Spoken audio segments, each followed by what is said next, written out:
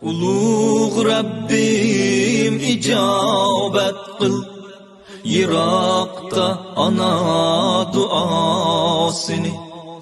Ulug' Rabbim icabet qil, Zindanda ata duosini.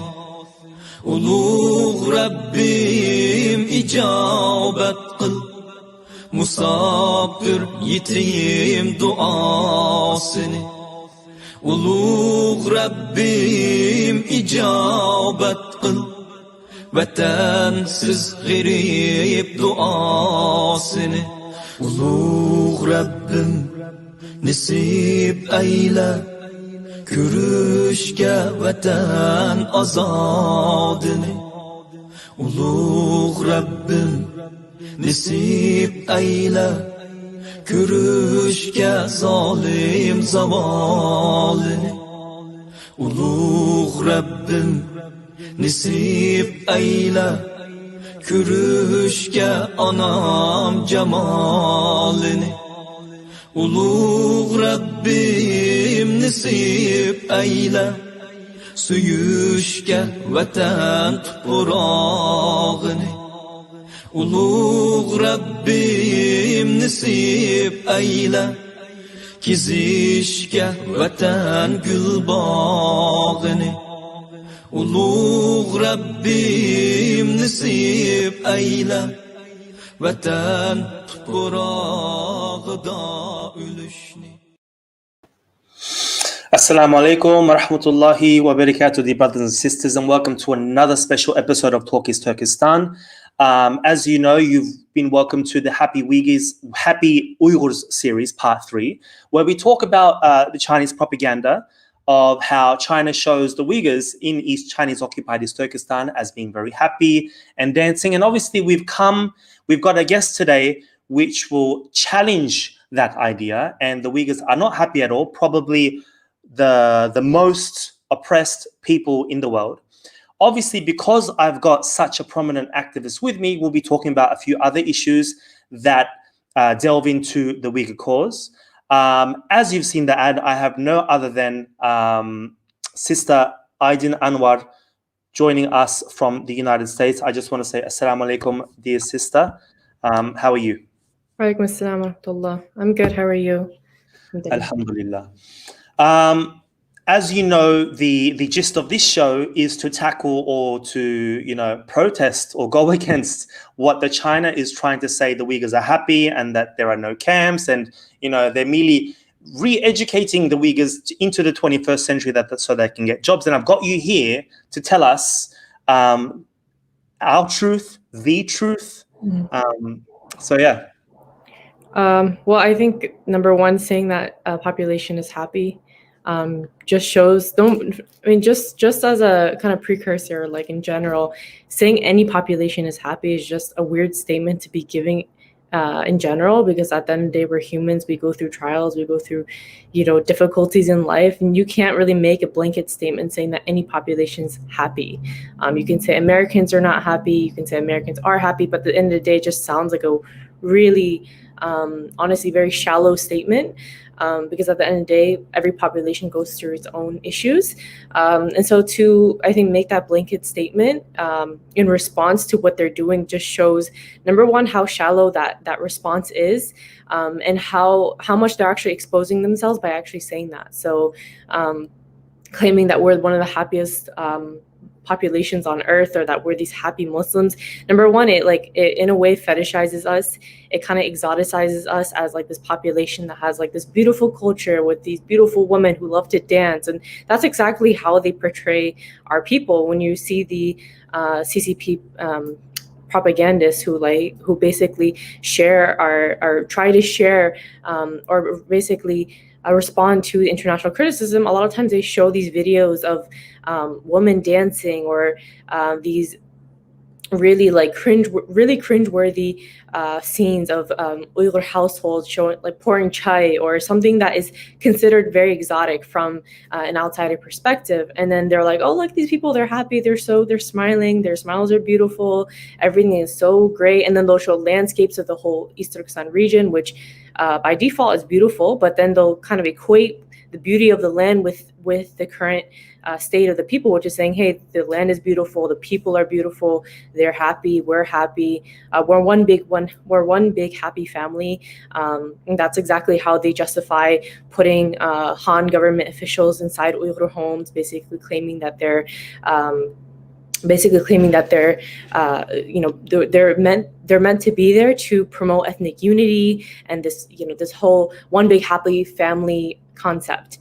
So in reality, when China does that, it really just it weakens their case when they try to refute, or when they try to respond back to international criticism. Before I get into your personal story with that, even though, I mean, for someone or some people who are caught on with how Chinese politics work and their propaganda, for some odd reason, it does seem to be working though. Like, you do get a lot of people believe this.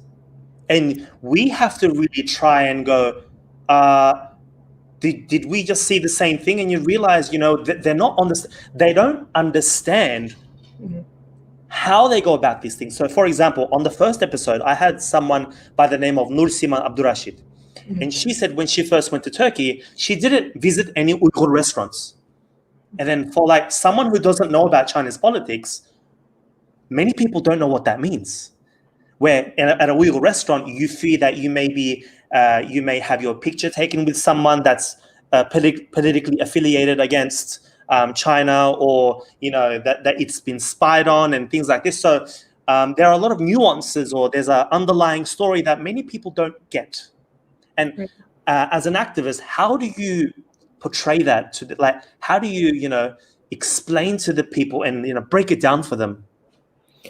I think the number one thing is right now is understanding that unfortunately we don't have access, like as much access as to speaking to people on the ground, right? We can't, even if we call our relatives or we attempt to, let's say they pick up the phone and we try to have a conversation with them, 100% they're not going to be real with you. They're going to say, actually, my life is good. They're forced to say the CCP is the greatest thing that has ever happened to me.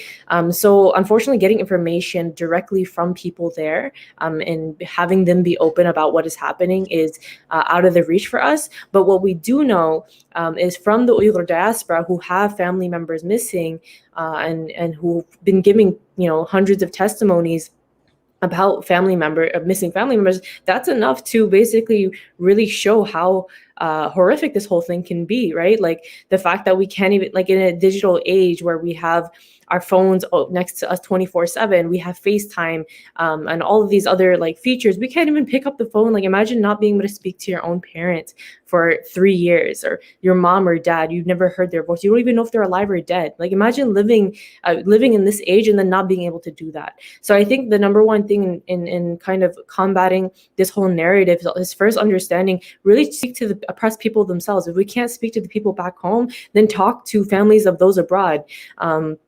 Oftentimes people will claim that this is like some part of some Western US propaganda, but at the end of the day, forget about that. Just talk to the people who've just fled or who fled maybe 5-6 years ago and who have families missing or who have family members in camps or prisons. Talk to them about their trauma. Like, ask them about their situation. Ask them about, what is keeping them up at night. At the end of the day, it's not one or two cases. These are countless of stories, thousands of people. And honestly, the people in diaspora are just a very small snippet of those who've been affected by this. Obviously, there are a lot of people back home who don't have family abroad, so they don't have anyone representing them. So at the end of the day, we have to look to what we do have and the kind of testimonies that are coming out, and also the very clear evidence that is being released through things like satellite imagery, which, by the way, China has also responded responded with by basically blocking out certain sections of the map and just completely erasing the presence of certain camps or prisons on the map, even though they still exist. And just in general, just making really stupid claims like, oh, these people are so happy, they're beautiful, look at them. You know, I remember seeing a video of they had like this Uyghur girl wearing an atlas dress, which for those who are listening and don't know, it's a traditional dress a lot of Uyghur women wear. And she's in this field and she's like, today I'm going to show you how to crack a melon open. And she's like, if you want a melon, you know, follow this page and subscribe. Xinjiang is so beautiful. And then she like cracks it open and then she like eats it with her hand. It's so cringeworthy, but I'm like, where is this coming from? You know, how do you claim that a population is happy through a video of a girl cracking a melon open, which clearly she was, you know, forced to or paid to do that. And then as well, and then they also like to showcase weddings for some reason, or Uyghur people dancing at a wedding ceremony saying, hey, these people are happy, look, as if, you know, dancing at a wedding or smiling on your own wedding day is reflective of your overall daily life and the overall situation of your people. Let's get to your personal story now. You released a video a couple of days ago of a family member or some family members saying you had 90 plus family members missing. Yeah. One, where do you think they are? And why can't you get in contact with them? And number two, I've talked to a lot of CCP apologists. They're saying, okay, you can't contact your family members, but how does that equate to genocide? So the first one, your personal story, and then how does that equate to genocide?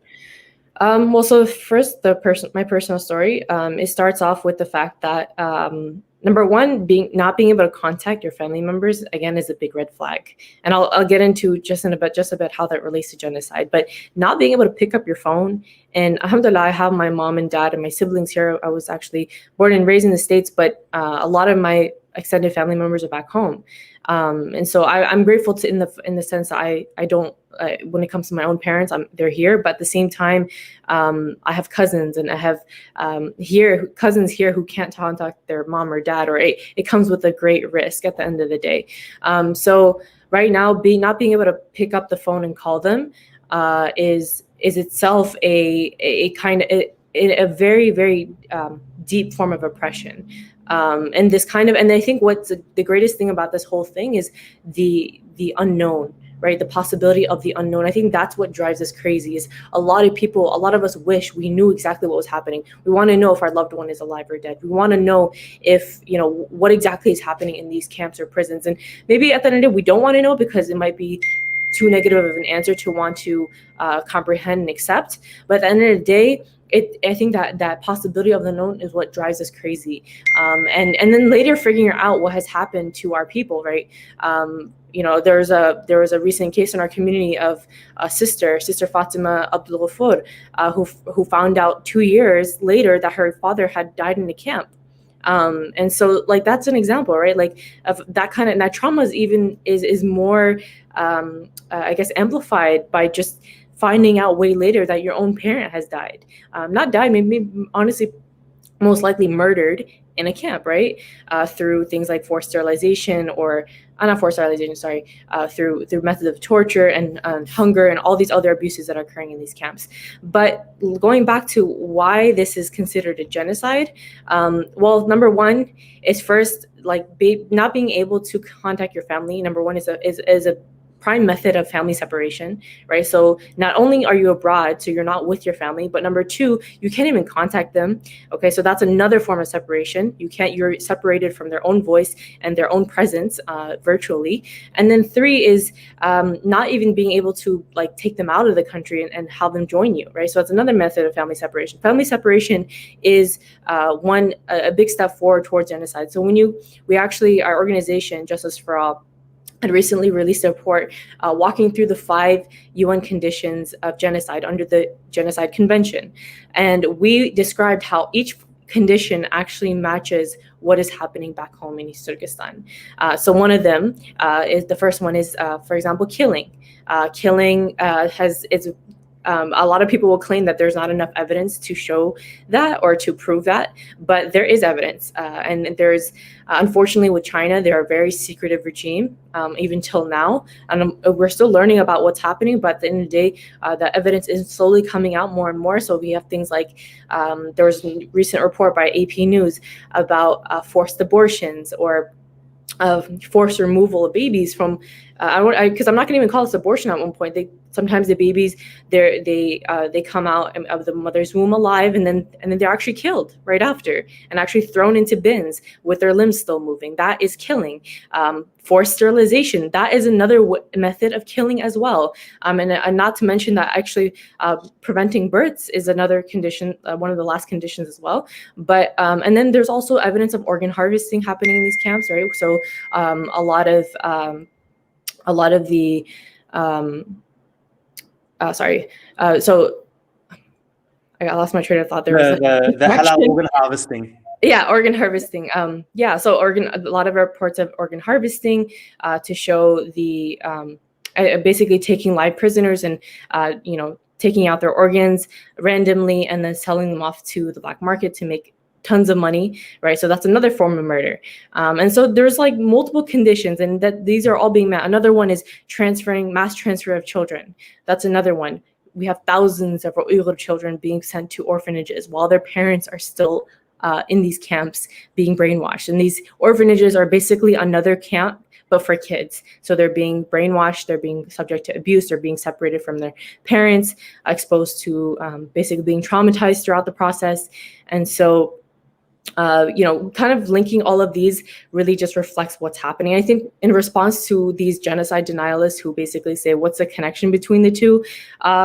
You don't necessarily need to have a direct connection, right? The fact that we can walk through all these 5 conditions and outline to you why there's a genocide, and then also using personal testimony to attest to the fact that we don't even have access to our family members back home is a really big red flag in terms of China trying to hide what's happening. Because imagine if there's open communication, China really fears information being leaked out, and the diaspora really finding out that their family members are really not accessible to be called anyways, right? Like maybe a big reason why I can't contact them is because they're in a camp right now or a prison, right? So there's a linkage between the two. Not being able to even know if your aunt or uncle is in a facility or not. That is like one of the greatest horrors that anyone can ever face, And this is I think a big step forward into allowing China to continue what they're doing on their own secretive basis, and then respond in these ways. Well, I was on a show with a few CCP apologists, and they said, well, maybe they don't want to get in contact with you because now you're an activist and you're a separatist, and they're trying to protect themselves. What do you say to that? Your family is notorious, for this, and maybe they're just trying to protect their own backsides. Well, to the separatist argument, at the end of the day, I don't even like the term separatist. I think it's inaccurate and really unfair to the history of East Turkestan. East Turkestan was an independent nation for centuries. The people of East Turkestan lived with that freedom and full autonomy, full independence with their own civilizations until being essentially invaded by China. In 1949, which is the most recent occupation. And so calling us separatists really just implies that we've always been a part of the Chinese state, that we're just some kind of ethnic minority just wants to break away, where this, we just happen to be a part of Northwest China. And even China actually claims that we're not even Turkic. They actually claim that we're just some long lost descendants of the not long lost. They claim that we've always been Chinese, and that with time we kind of just broke off into our own ethnicity.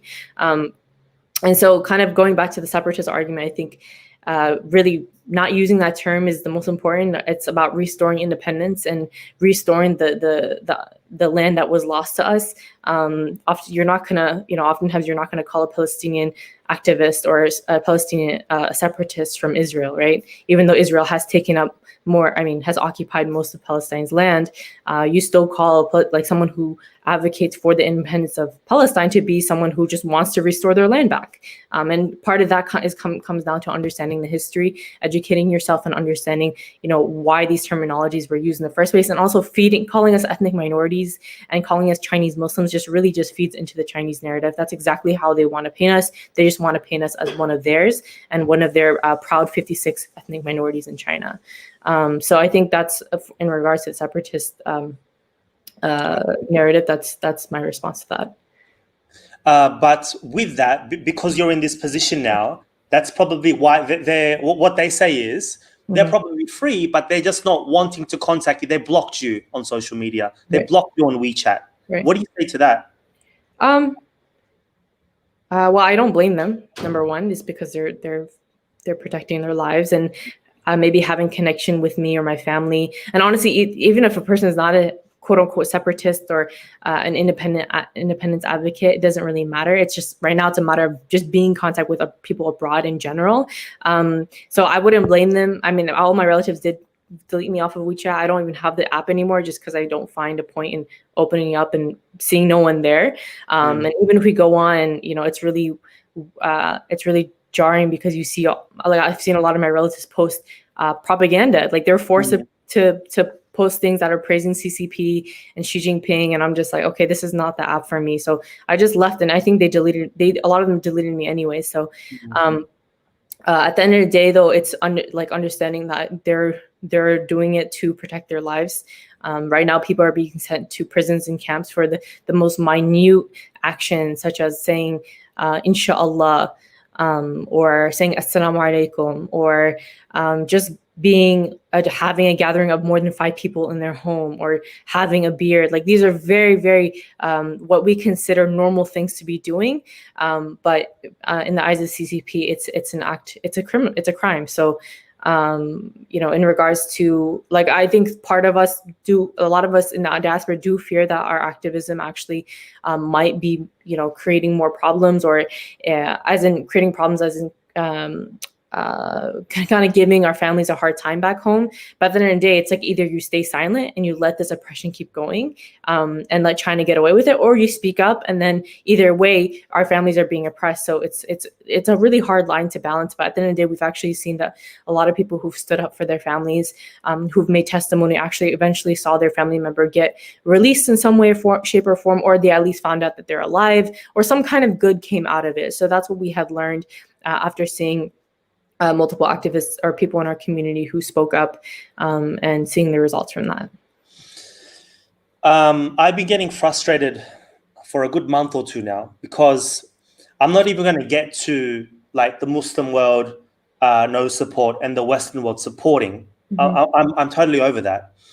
We've got the UN not doing anything. We've got China being voted into the Human Rights Council, where they now dictate what is a human rights violation or not. Obviously, the Muslim world is silent. Western countries, even though they do support and give lip service, I mean, Canada the other day said what's going on is a genocide. But then I'm like, all right, now what? It's a genocide. Come on, now what? And now China is like, we've recently come to see that they've got 384 new camps.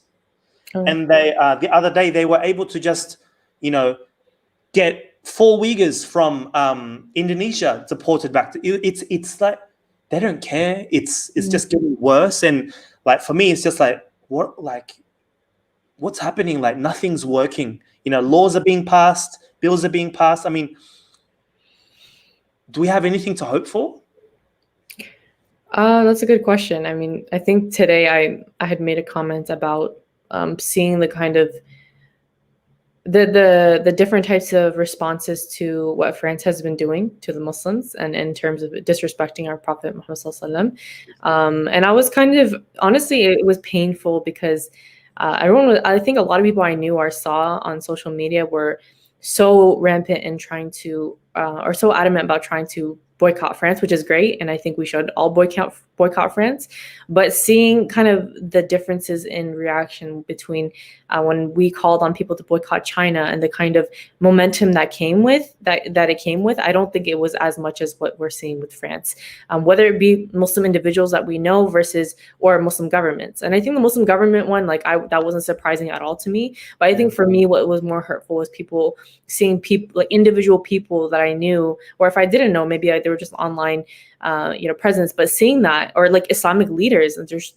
and that's great, like they should post it, but it was like almost like this double standard. It felt painful because I'm like, at the end of the day, millions of our people are in camps because of these blasphemous policies, right? Some people are making the argument that what's happening in France is a result of France disrespecting the Prophet, and we're going to stand up to the Prophet Muhammad no matter what. And I'm like, okay, well, yeah, China, because they're saying, oh, it's not the same as China killing Muslims because it happens everywhere, or it's just you can't equate the two. And I'm saying, okay, let's not equate the two, but understand the reason why these people are being killed is because of their blasphemous policies. You literally cannot worship God openly. You cannot use the term God. You cannot praise the Prophet openly either, right? So these people the whole system is being built on these blasphemous policies. A lot of the people in the camps or prisons have to basically, basically profess atheism. They have to say that there is no God, that Xi Jinping is God, that, thank Xi Jinping before you get your food, which ends up being like steamed buns and dirty water, like it's the whole thing is just, and I'm just, it's really alarming to see how long we've been pushing and then kind of advocating for our people. And then to see this kind of differing response. I know some people watching may, disagree and say, we can't equate the two, you can't compare the two. And I'm not necessarily saying that they're exactly the same situation. But at the end of the day, what's more hurtful for us is seeing the lack of the same response for us. I think that's what, and I'm expressing a sentiment at the end of the day. So going back to your question about, is there still hope? Well, this morning after that, I honestly, these are the small things that makes us jaded and kind of makes us in a way lose hope. We feel abandoned. We feel forgotten. People are always like first to jump on the line of defending, this response, saying, hey, there's nothing we can do. Our hands are tied. And it's just, no matter what, like naturally, we're just going to feel revulsed with that response anyways, because like, this is not just a project, right? This is not just some project that somebody decided not to sign on to. These are literally our family, my aunts, uncles, cousins, my extended relatives who are probably in a cell right now being tortured or being subject to hunger and darkness and the cold, and now even coronavirus. So it's a very personal issue. So, but more positively speaking, though, I think that with time, I think there's definitely more people picking up on the cause. I mean, the fact that Canada did call it a genocide is still a good move. It's better than nothing. And I think the framing does matter. So calling it a genocide versus a crime against humanity, there is actually a difference between those two in terms of international law and what people can do in international law. But also, I think just the general public understands what the word genocide means over what a crime against humanity means. I'm sure maybe a lot of people know what crime against humanity means, but I think majority, like a 13-year-old would understand, right away what genocide probably entails. The first thing they think about is probably extinction or the Holocaust. And that's exactly, how we want to, paint what's happening there. So I think kind of just, we have to keep pushing and we have to keep ourselves healthy at the same time and try to like balance our mental health and our daily lives here. And then also speaking from a more faith perspective, understanding that Allah subhanahu wa ta'ala is the most just, and that if there's no justice in this life, there's always in the hereafter, and that Allah doesn't not answer the dua of the oppressed. And so I think personally, I've had to keep that in mind as I do my work, as we all do our work, because this stuff, it can be very draining, but also just, even if we can't really take a break like a lot of people can, because at the end of the day, this is the reality that haunts us every day about like our actual loved ones back home. So I would say that, I don't know, I have mixed feelings about, is there hope or is there not hope? But I think as Muslims, we're supposed to have hope and keep moving forward, and just really, I guess, contextualizing that, even the time of the Prophet, like how much torture and how much oppression the Muslims had gone through to fight for their cause, and then kind of bringing it to the modern day, and how, you know, it's kind of reflective of what's happening now, except now we see money and politics really just making things dirty and preventing us from actually getting the freedom that we deserve. An organization that you work for, Justice for All, you're on the Save Uyghur campaign. Right. Could you talk about any projects coming up or the plans? How do you tackle any sort of future causes? We know the topic of the Olympics have been coming up quite recently. There was an article in The Guardian about from the IOC saying, you know, we shouldn't really mix, you know, politics with, you know, the Olympics. They're supposed to be two separate things. I don't know, did you get to read that article? I don't think I got to read it, but I saw the headline for it. Yeah, so just any sort of upcoming projects or what you guys are working on right now or hope to be, what do you guys got cooking? So I think one of the greatest projects that we're particularly prioritizing is having senators pass the Uyghur Forced Labor Prevention Act. So recently it got passed in the House, and now it's we're working on targeting certain senators to co-sponsor it as well. And for those who don't know, this act essentially, if it becomes a bill, is meant to prevent the entrance of forced labor goods from East Turkestan coming into the United States. So it's in a way serves as a sanction for China and what they're doing, and to also just protest against the use of modern day slavery. So we're calling on people to contact their senators and have them co-sponsor it. A lot of senators have actually co-sponsored now, but there are still a few, a good amount remaining that we need people to jump on. When it comes to like finding constituents of that state, we need people to call up their senators and really just talk to them and just call the office. And alhamdulillah, we've been seeing progress. And last week itself, 5 senators had co-sponsored it, so we're seeing progress. So that's one of our main, in terms of like current projects that are kind of time sensitive. That's one of the things we've been working on, and that's also in addition to what other organizations are doing as well, like the Uyghur Human Rights Project or the Campaign for Uyghurs Project as well. But it's all a joint effort at the end of the day. In addition, we've also been working on more so about genocide declaration. I think that's something that a lot of organizations either they are typically a little bit more slow in this regard, or they feel like calling it actual physical genocide is too much of an exaggeration, or we don't have enough evidence to basically call it that. So we challenge against that, and we actually say, no, there is evidence of every single condition being met, and really pushing forward for people to use that terminology, because it does affect the kind of action items that can be taken and have it be more swift. For example, calling it a cultural genocide versus a physical genocide. There are two differences in that, and it implies two different things. I would say if I was an outsider, or if I didn't know more about the situation and someone called it a cultural genocide, or I heard it as a cultural genocide, I would think, oh, it's just about culture being erased. No biggie. Maybe it's fine. Like, inshallah, they can still revive it. No, like, this is about physical extinction of people as well. And part of erasing culture is also erasing people physically off the earth. And we see that happening. The physical methods to erase our people through forced sterilization and other physical methods of extermination as well. So that's one project. Genocide Declaration is the second project. And then we are also just focusing on continuing the education of what's happening back home in East Turkestan. We're working on, a story series where we're attempting to basically showcase victims of detainment as not just a person in detainment or imprisonment, but someone who had aspirations, someone who who was a mother, a father, a sister, a brother, what they wanted from life, and just showing how ordinary of a person they were. So because oftentimes where I think when we see all these testimonies, we think of them as almost like as another ID number, where it's like, oh, another person who's in detention.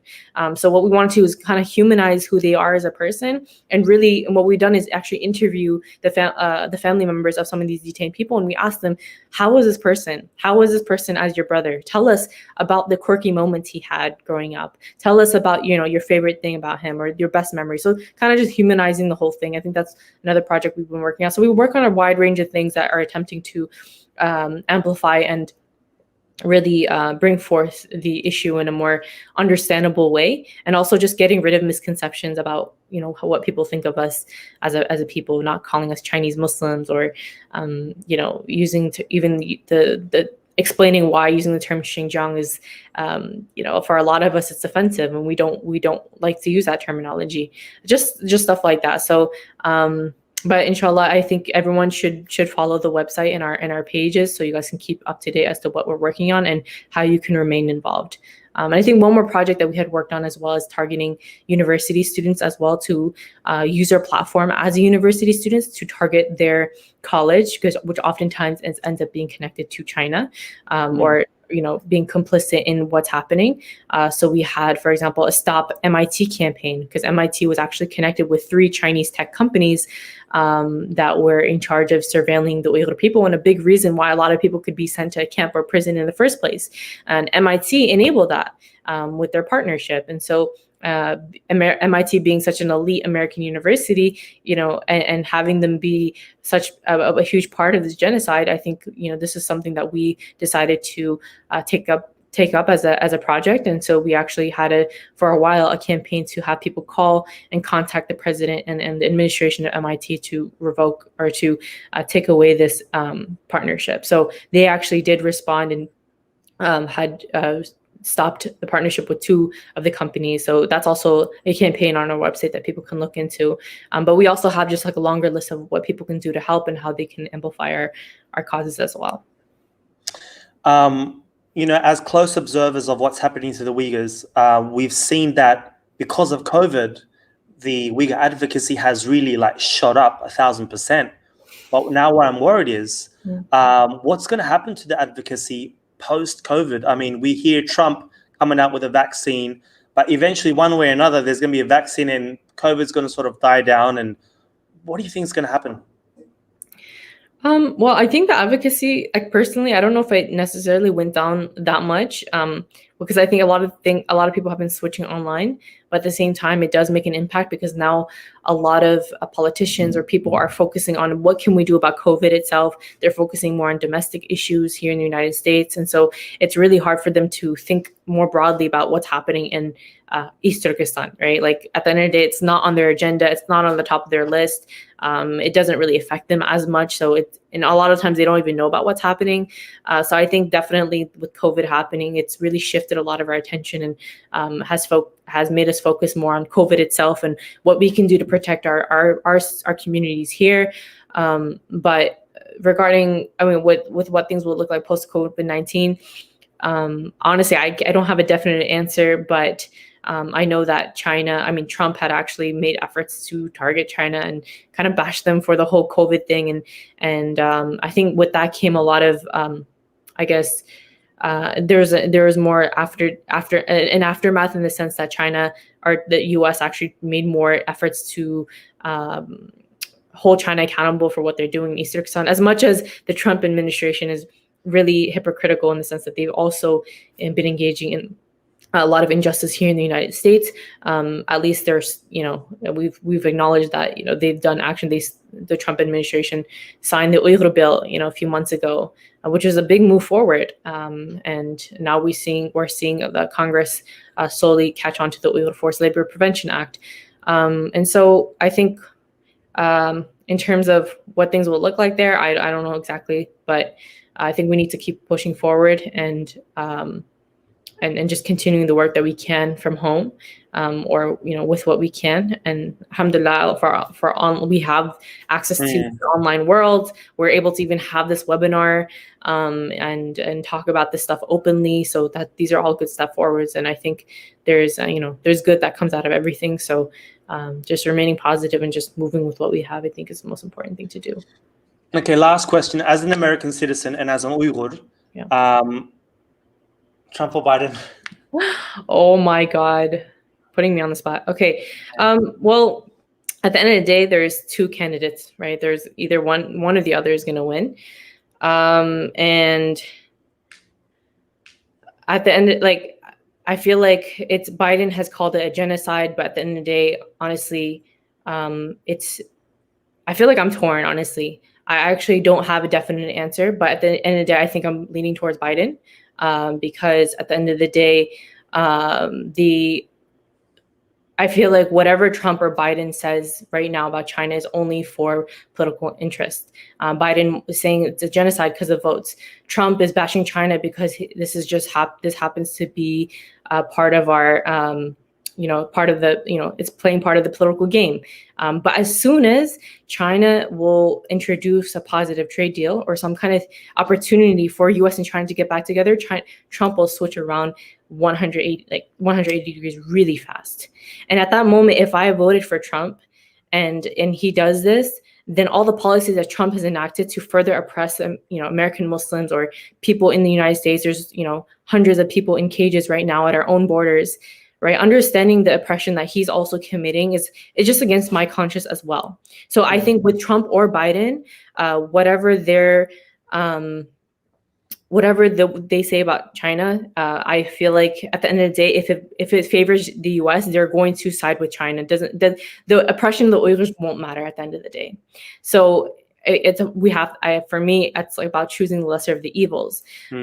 And so I think right now we're working on actually trying to make this issue within the Biden campaign to be of importance and for him to understand what is happening at a greater level. But at the end of the day, I don't trust Trump to maintain his position against China as long as it's as long as being against China is for our political purpose, then Trump will always remain on whatever side. We've actually heard that he actually agrees with what's happening. Like he says, yeah, put them in concentration camps. Some people argue, okay, it doesn't matter what he says, it matters what he does, which I agree, right? He signed the Uyghur bill, that's great. But at the end of the day, thinking about even myself as an American Muslim, I'm a middle-class citizen, so if Trump becomes president and then gets rid of health insurance, this is also affecting me too as a person. So I don't know. It goes back and forth, and I don't have a definite answer. And I hope no one who's watching this takes, what I'm saying to be like, oh my God, Biden's voting for this person. I don't, we're torn, honestly. I know people who are voting for Trump, and I rightfully so. Like I understand where they're coming from. They're becoming single issued voters. But then a day we wouldn't have been here in the United States. My dad wouldn't be able to come to the States if it wasn't for open immigration policies, right? Which Trump is trying to completely shut down. So it's like there's pros and cons to both sides, and we're gonna have to keep that in mind. It's not just about it coming from a place of trauma and coming from a place where we feel abandoned as a people. I feel like it's very natural for us to just vote for whoever seems to be on our side. Arslan, you may have different viewpoints than me. I don't know, but you're also not in the States, so I feel like you don't have to really make that decision. But looking at both policy, and I don't agree with also. By the way, I don't endorse any. I don't really endorse any candidate whatsoever. I think both of them are really evil in many ways. But at the end of the day, one of them is going to become president at the end of the day, and we have to kind of make a vote anyways. So some people argue don't even vote.